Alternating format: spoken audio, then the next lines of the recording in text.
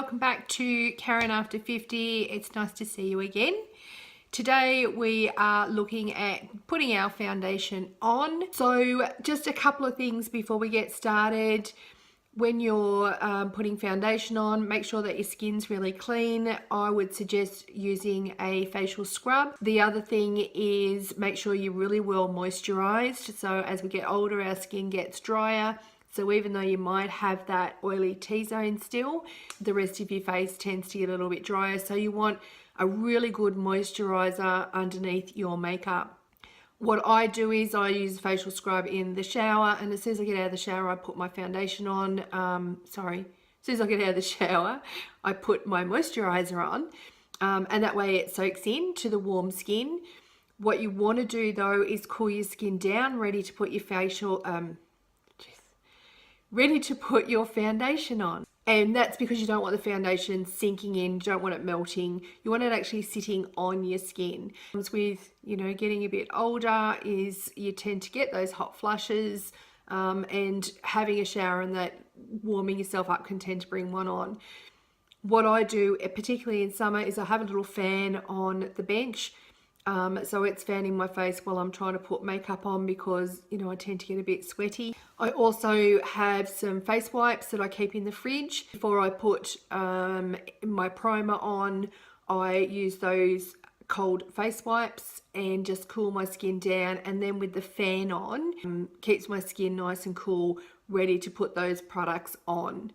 So here we go. I'll take all this off and we will start with some foundation. So we're ready to roll and get this foundation on. So my skin is moisturized, and we need to get the hair out of the way. All right, so as I said, I'm going to use the e.l.f. primer that I talked about the other day. As I said, I felt that it was one that covered my pores really well, and the e.l.f. primer here in Australia is only $13. So I'm going to put this on with my fingers. You can put it on with a brush if you like. I like to put it on with my fingers because I can know that I'm getting it into my pores. So it only takes a couple of minutes for the primer to dry. Okay, so it's been a minute or so. I've just gone and put the kettle on. If it still feels to you that you might have put a little bit too much on, so it's still feeling a little bit wet in areas, you can get this really expensive blotting paper, and I buy it by the roll. So this is probably one of your best blotting papers.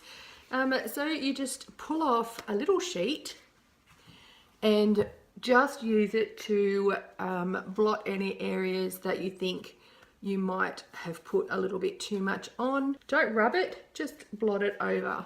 And that'll pick up any extras that you've got on there. Great blotting paper, works well if you've got a bit of oil coming through as well.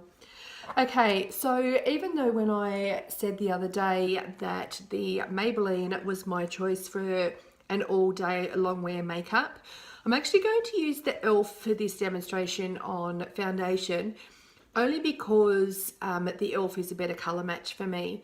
And if you remember, I said that I'd picked up those foundations from Kmart, couldn't colour test them, so they were a variety of colours, even though they look the same in the bottle.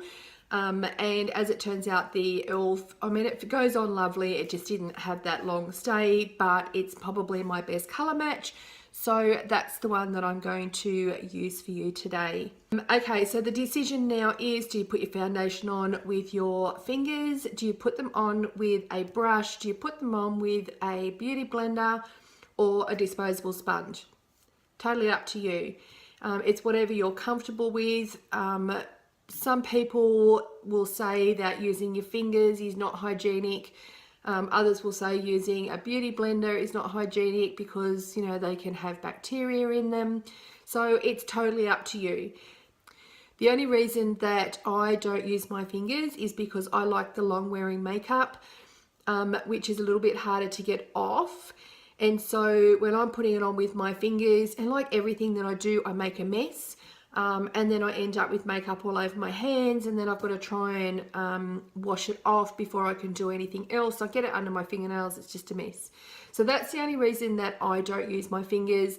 If that's how you want to put your foundation on, by all means do it that way.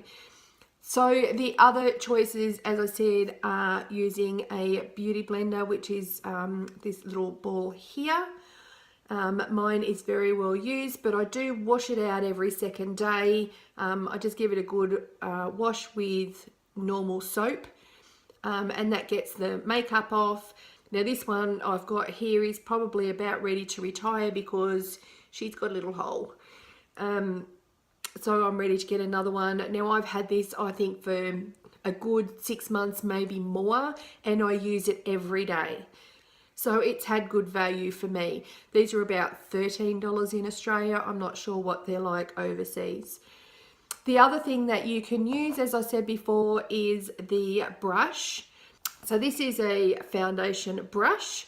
Lastly, the thing that you can use are these little foam applicators.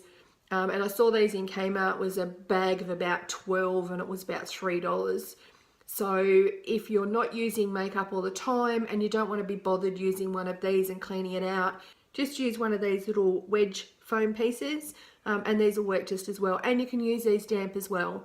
So both of these foam applicators we're going to damp down before we start using them. And I believe that it just helps the makeup to go onto your skin better rather than soaking into the sponges. All right, so before we start, I will show you what my skin looks like before foundation. So as you can see from this pic, my skin is quite discolored. I have lots of sun damage, which are what the brown spots are. Now, foundation can obviously only do so much, and depending on how thick you want to put your foundation on, the other thing that you can do is some color correction before the foundation goes on, and that's what we'll be looking at next video. So when I put my foundation on, I'm going to start with the brush, and then I'm going to finish off with the beauty blender. You don't have to do both. You can actually just go straight in with the beauty blender, or straight in with the brush, straight in with the foam applicator. It's totally up to you. This is just what I do. So to start off with, I use the back of my hand, and I'm just going to giving it a good shake. Make sure you shake it up. Sometimes it comes out watery if you don't give it a good shake. So obviously it separates. Okay, so a couple of pumps on the back of my hand. I said I'm going to start with my brush, and I'm just going to pop some on around to start with. I'm not putting it around my eyes because we will next video be looking at using concealer under our eyes. We don't want to be putting too many layers on.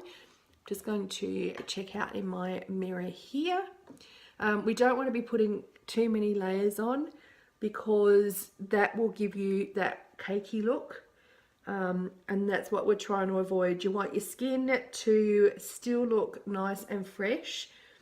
All we want to do is cover up some of those imperfections and give ourselves a nice base to start with. So you really want to make sure that you've got a really nice even coverage. I think the beauty blender does that. Now just make sure you use a nice firm motion so you're pushing it into your pores. Don't keep going after it starts to dry, because then you're just going to lift off what you're patting on.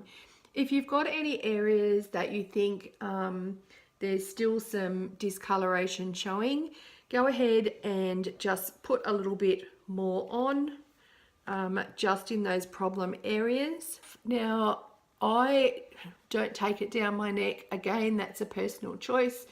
I just take it to under my chin, because, except for the little double bit that's hanging here, that's where the natural shadow is, and your skin sort of changes color from there. And that's when I said in the video about making sure that the color that you choose matches in with your skin tone. Now on the camera, for some reason my skin looks quite red. It's not. I'm looking in my mirror and it's quite a good match. All right, so we've got the foundation on. I will now show you a photo of the same spot.